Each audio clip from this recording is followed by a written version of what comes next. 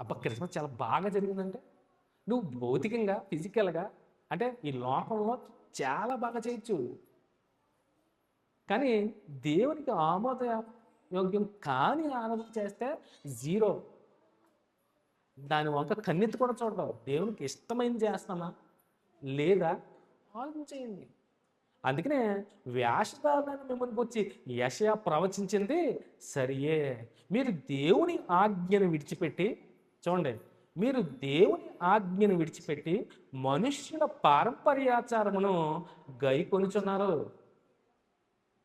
దేవుని మాటను పక్కన పెట్టేశారు. విడిచిపెట్టారు. అంటే ప్రభు నేను వచ్చేంత వరకు నా మరణాన్ని మీరు ప్రకటించన్న మాటను పెడచెవిన పెట్టారు. చూడండి, మనుష్యుల పారంపర్యాచారమును గైకొనుచున్నారు.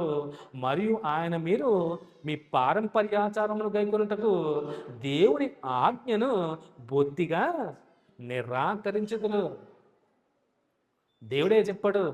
కానీ ఆయన ఆజ్ఞ మీరు బొత్తిగా నిరాకరించేశారు. దాన్ని పక్కకి తీసేశారు అంతే. పక్కకి తీసి ఏం యాడ్ చేశారు? ప్రకటన గ్రంథంలో మనం చదువుకున్నాం ఇప్పుడే. ఏం యాడ్ చేశారు? క్రిస్మస్ని యాడ్ చేశారు. అవునా? ఈ సంవత్సరంలో ఈ డిసెంబర్ అంతా కూడా విందు వినోదాలు, అల్లరితో కూడిన ఆటపాటలు, ఎక్కడ లేనటువంటి విపరీతంతో ఉన్నాయి. అందుకనే ఈ గ్రంథమందు ఉన్న ప్రవచన వాక్యములను విను ప్రతి వానికి నేను సాక్ష్యం ఇచ్చింది ఏమనగా, ఎవడైనను వీటితో మరి ఏదైనాను కలిపిన ఎడల. ఇప్పుడు కలిపారా లేదా చెప్పాలి. కలిపారా లేదా? ఇప్పుడు చెప్పాను క్రిస్మస్ ఎలా వచ్చింది చెప్పాను, ట్రీ గురించి చెప్పాను, స్టారో శాంతాక్లాజ్ గారి గురించి కూడా చెప్పాను, క్రిస్మస్ తాత గురించి కూడా చెప్పాను. సో గ్రంథంలో ఉన్నాయా లేవా? లేవు. కనపడవు. మనం ఎంత చదివినా 27 పుస్తకాల్లో మనం ఎంత చదివినా కనపడవు. 4 సువార్తలోనూ కనపడవు.